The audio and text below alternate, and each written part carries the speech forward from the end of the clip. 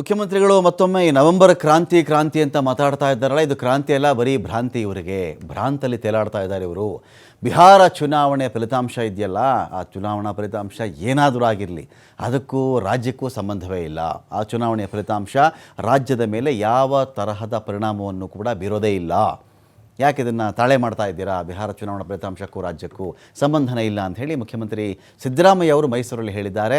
ನಮ್ಮ ಮೈತ್ರಿ ಒಕ್ಕೂಟ ಬಿಹಾರದಲ್ಲಿ ತೇಜಸ್ವಿ ಯಾದವ್ ಅವರೊಂದಿಗೆ ಕಾಂಗ್ರೆಸ್ ಸೇರಿಕೊಂಡು ಮೈತ್ರಿ ಒಕ್ಕೂಟ ಮಾಡಿಕೊಂಡಿದೆಯಲ್ಲ, ಈ ಒಂದು ಮೈತ್ರಿ ಒಕ್ಕೂಟ ಗೆಲ್ಲುವಂಥ ಸಾಧ್ಯತೆ ಇದೆ. ಅಲ್ಲಿ ನನ್ನ ಪ್ರಚಾರದ ಅಗತ್ಯ ಇದ್ದರೆ, ಅಕಸ್ಮಾತ್ ಸಿದ್ದರಾಮಯ್ಯನವರು ಬಂದು ಬಿಹಾರದಲ್ಲಿ ಚುನಾವಣಾ ಪ್ರಚಾರ ಮಾಡಬೇಕು ಅಂತ ಹೇಳಿ ಅವಶ್ಯಕತೆ ಏನಾದರೂ ಬಿದ್ದರೆ ನಾನು ಬಿಹಾರಕ್ಕೆ ಹೋಗ್ತೀನಿ, ಪ್ರಚಾರ ಮಾಡ್ತೀನಿ, ಅಗತ್ಯ ಬಿದ್ದಲ್ಲಿ ಪ್ರಚಾರ ಮಾಡ್ತೀನಿ. ಈ ನವೆಂಬರ್ ಕ್ರಾಂತಿ ಅಂತ ಮಾತಾಡ್ತಾ ಇದ್ದಾರಲ್ಲ, ಯಾವ ಕ್ರಾಂತಿ ಕೂಡ ಆಗಲ್ಲ ಅಂತ ಭ್ರಾಂತಿ ಕೂಡ ಯಾರಿಗೂ ಬೇಡ. ಕ್ರಾಂತಿ ಅಂತ ಹೇಳುವವ್ರಿಗೆ ಮಾಡೋಕ್ಕೆ ಅವ್ರಿಗೆ ಬೇರೆ ಕೆಲಸನೇ ಇಲ್ಲ ಅಂತೇಳಿ ಸಿದ್ದರಾಮಯ್ಯ ಅವರು ಮಾತಾಡಿದ್ದಾರೆ.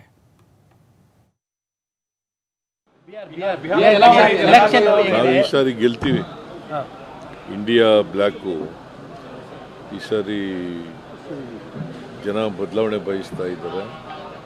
ಬದಲಾವಣೆ ಆಗುತ್ತೆ ಅಂತ ನಾನು ನಂಬ್ಕೊಂಡಿದ್ದೀನಿ.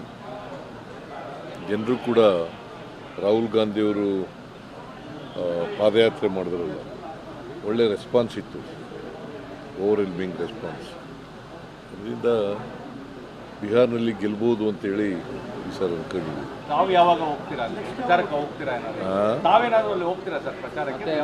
ಕರೆದರೆ ಹೋಗ್ತೀನಿ ಅಗತ್ಯ ಇದ್ರೆ.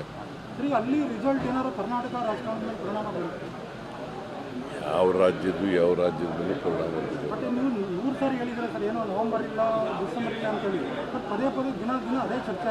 ಏನು ಅದೇ ನವೆಂಬರ್ ಕ್ರಾಂತಿ ಬಗ್ಗೆ ಪದೇ ಚರ್ಚೆ ಆಗ್ತಾ ಇದೆ. ಎಲ್ಲಿ ಕ್ರಾಂತಿ ಇಲ್ರಿ?